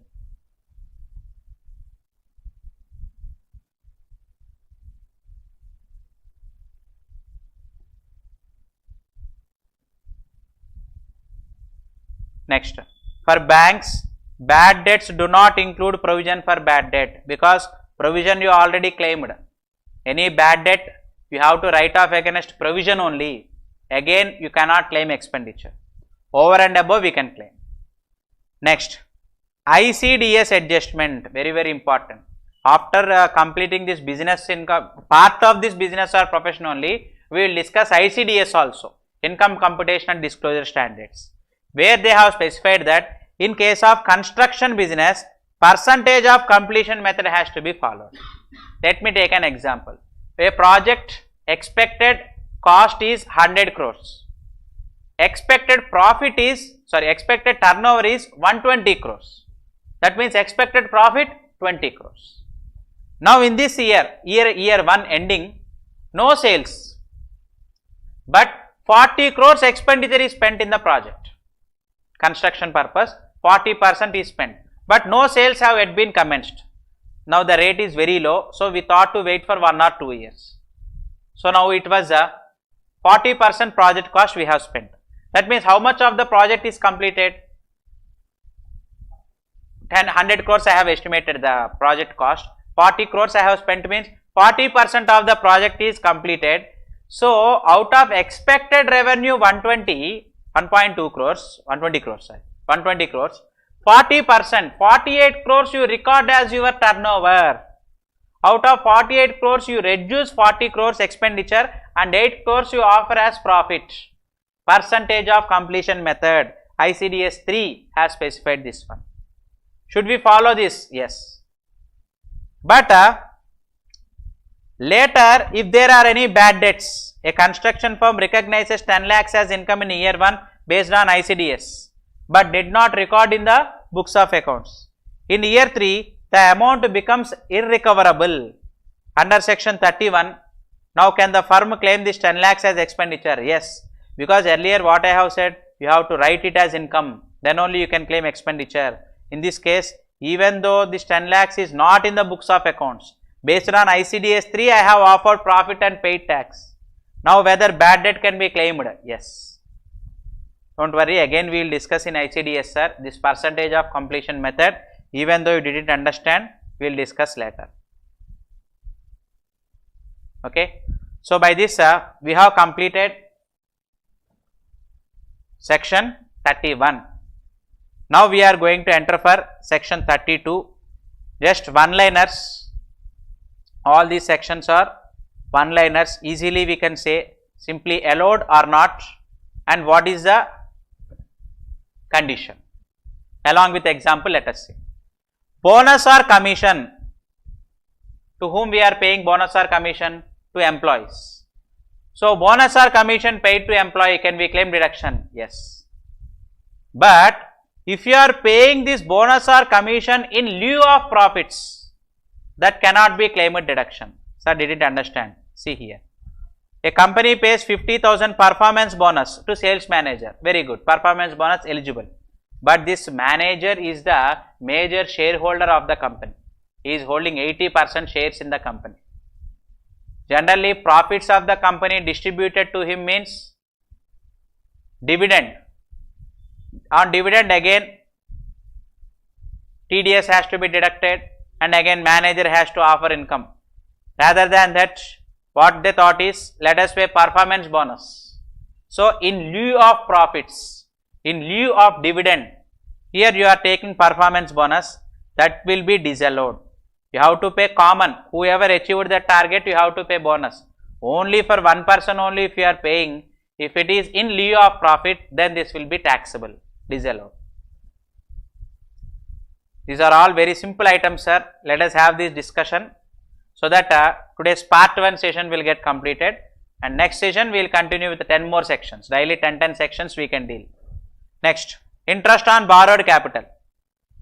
Since borrowed capital is used for business, that is what is important here.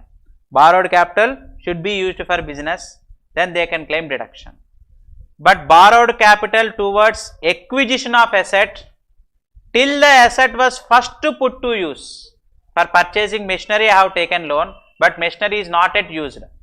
Till usage, any interest on that asset to be capitalized. Even accounting standards also specifying the same. A factory borrows money in January to buy a machine, but only starts using from June. So, from January to June, interest should be capitalized and claimed depreciation. It cannot be claimed as expenditure.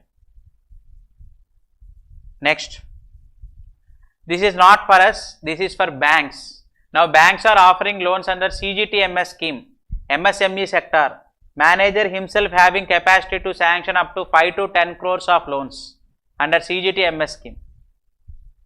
Sir, that without any security.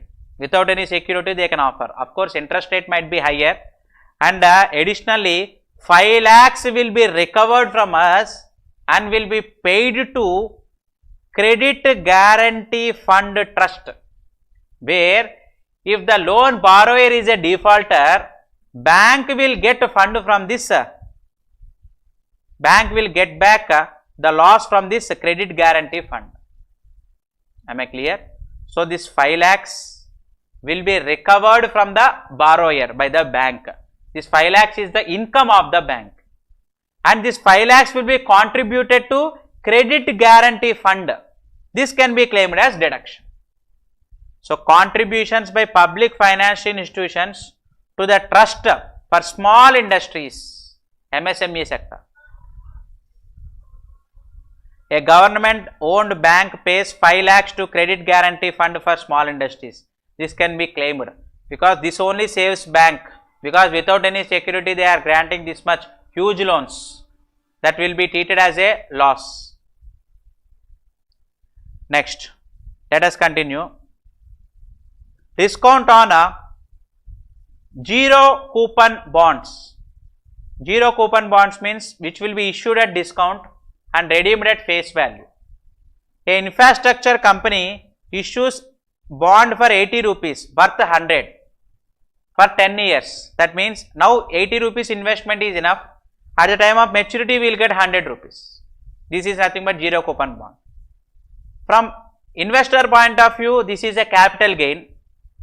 100 minus 80, 20 is the capital gain. But from company point of view, 100 minus 80, 20 is an expenditure which is to be apportioned for 10 years. For 10 years, that means each year 2 rupees should be claimed as expenditure. Next, special reserves. Banks will create many reserves usually as per RBI norms, cash reserve, liquidity reserves. Like that, as per RBI norms, many reserves will be created, because at any time many people wants any funds, withdraw their fixed deposits, bank should not say no. That's why they have to maintain cash reserves and liquidity reserves. So, keeping that in view, any special reserve, whatever name you say, for banks and financial institutions, 20% of the profits can be claimed deduction, up to the extent of maximum twice the paid up capital. This is not useful for all the SCs, sir.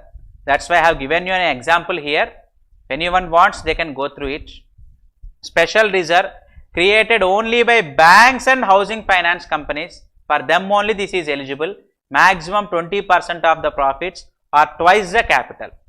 Profits 10 crores. That means 20% means 2 crores, or 3 plus 1, 4 crores is the capital plus reserves. Twice means 8 crores. 8 minus existing reserve 7.5, that means 0.5 crore can be claimed as deduction. Maximum twice, or 20% of profit 2 crores. So, 2 or 0.5 means 0.5 crores can be claimed as deduction. This is not for us, only for banks and financial institutions. And this one also separately, government for their objects, if they incur any expenses. Government might not be eligible for income tax. Government is not an SSC at all. But here if you see, state electricity board, separate associations formed by the government, they might be liable. If they spend for their objectives, they can claim deduction. Other than objectives will be taxable. Next, sugarcane purchased from cooperative societies. They will sell below the market value. Usually, even though it was below market value, they can claim their purchase cost as deduction. This is not useful for us, sir. Only for sugar manufacturing societies. Sugar manufacturers purchasing sugar cane from societies, even though it was below market value. Actually, below market value, if they purchase it, will be illegal. But it was supplied by cooperative society. Hence, usually illegal expenditure will be disallowed. But even though they are purchasing here below the market value, since the sugar cooperative society is supplying, they can claim deduction. Not useful for us, sir. Next. Any other ICDS, if they say to measure for mark to market, ICDS we will discuss further. There is a standard called ICDS 6, foreign exchange currency losses. Mark to market basis we can claim expenditure. Like that, in any ICDS it was specified, you can claim deduction, they are saying. ICDS as part of business or profession only we will discuss later. TDS also as part of business only we will discuss. Next, these are all specifically applicable, sir. Family planning expenditure to control the population, towards employee awareness. If company spends any family planning expenditure, revenue expenditure fully deductible, capital expenditure in 5 installments it will be eligible. These are all not routine expenses, that is why I am continuing one by one. And this capital asset sold also, it will be treated as business income, because you are claiming business deduction. The capital asset sold also, not capital gain here, business income it will be taxable. And next, let me conclude these two. Animals, if it was lost, then the cost of the animals can be claimed as deduction. Livestock, like milk cooperative societies, cattle is their asset. That cattle has been passed away, it has been died. Then a dairy farm buys the cow for 60,000, that 60,000 can be claimed expenditure upon its death. But its skin, that means carcass, if it was sold for 5,000 rupees, then balance 55,000 can be claimed as deduction. Not for all the persons. And the last one, STT or CTT. If shares, derivatives or your stock in trade, then STT and CTT can be claimed as deduction. But if it is your capital gain, you can't claim. In capital gain, STT and CTT are excluded. But if it is your stock in trade, you can claim STT, securities transaction tax, and commodities transaction tax paid as the expenditure. This expenditure is only for company, sorry, not this one. So, STT and CTT, you can claim deduction if it is your business, exclusive business profits. And next, family planning expenditure, here I have said no, this is eligible only for companies, that is what specifically is focused here, and such assets sold also will be taxable as business income. That is it, sir. So, for today whatever I have planned, that has been completed in our 2-hour session. So, hope this business or profession session will be very useful to you, because foreign tour benefits, liquidated damages, non-compete fee, like that many special topics I have discussed to you, which was very useful in our routine practice. Hope the session is very useful to you, and tomorrow we will continue with part 2 of business or profession discussion. Thank you very much.